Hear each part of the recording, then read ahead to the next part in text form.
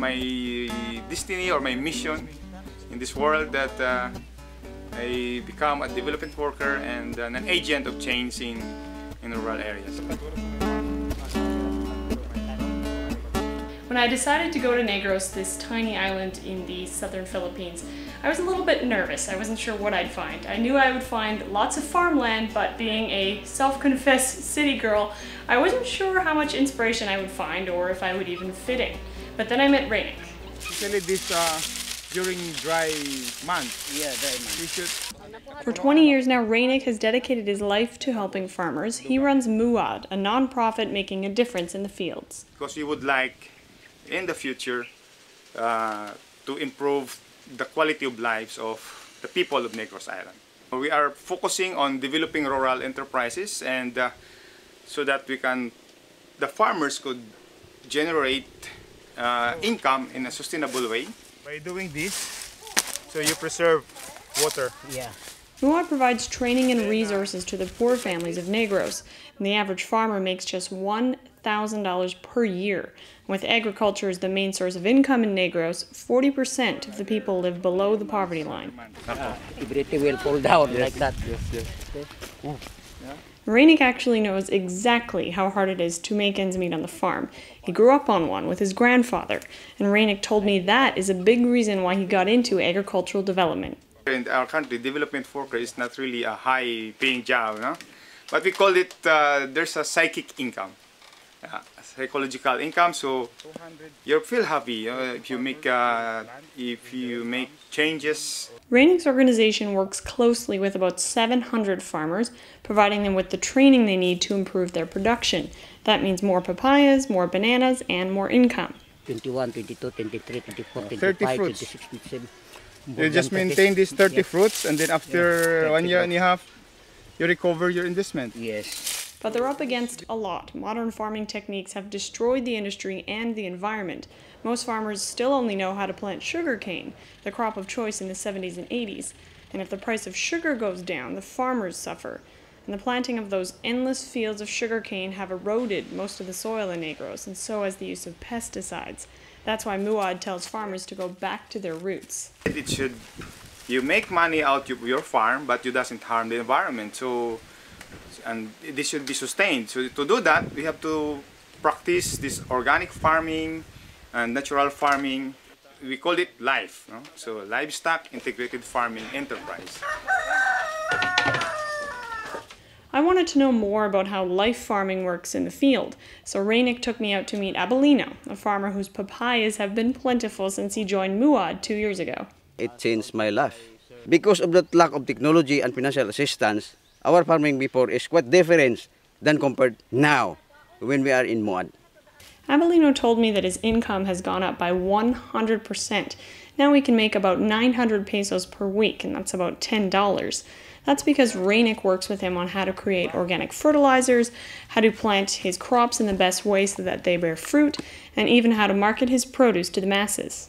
You should not stop after giving them training, because if you stop providing assistance, it's useless. You're fixing the water pump.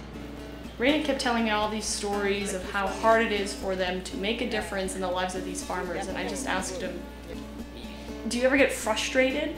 Because I know I get frustrated and sometimes I want to give up, and I think he gave me a really great piece of advice that's still sticking with me now.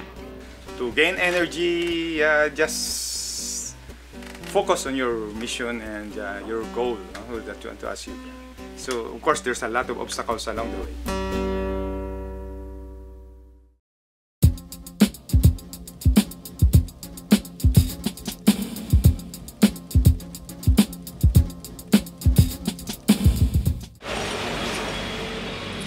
So the fruit here in the Philippines is absolutely delicious, and it's everywhere. It's in the markets, it's on the side of the road, but sometimes I have to remind myself that it actually takes a lot of work to get it there. I think some of us have become very separated from our food system. So I thought here in Negros I would follow some produce, in this case papayas, from the farm to the fruit stand.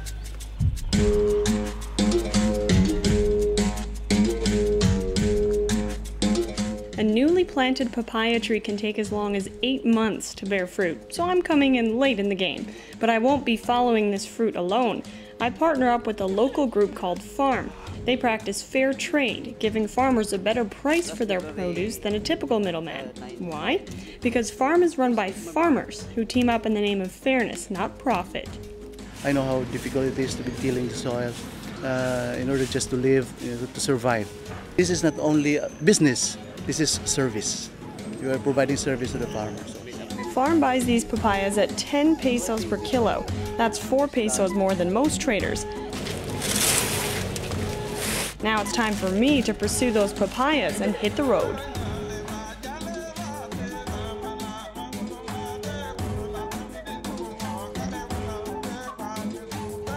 Apparently this produce needs to go a long way. We've already gone 50 kilometers, have another 50 kilometers left to go, I believe. We've gone down a mountain, up a mountain, down a mountain, and I'm guessing up another mountain eventually.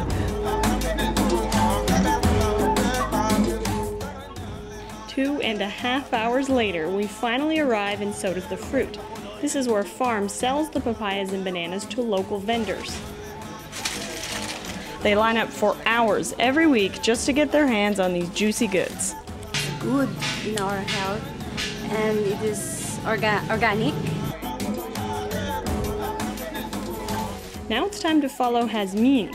She's loaded up on produce for her small business, and together we get rolling to our last stop in a fruit-filled jeepney, a small but sturdy mode of transportation and a favorite in the Philippines.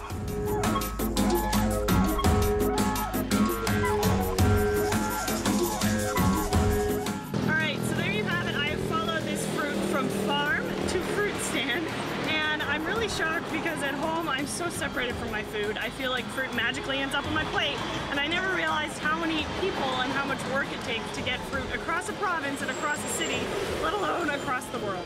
But if you'll excuse me, all this talk of food has me very hungry, so it's time to eat some papaya.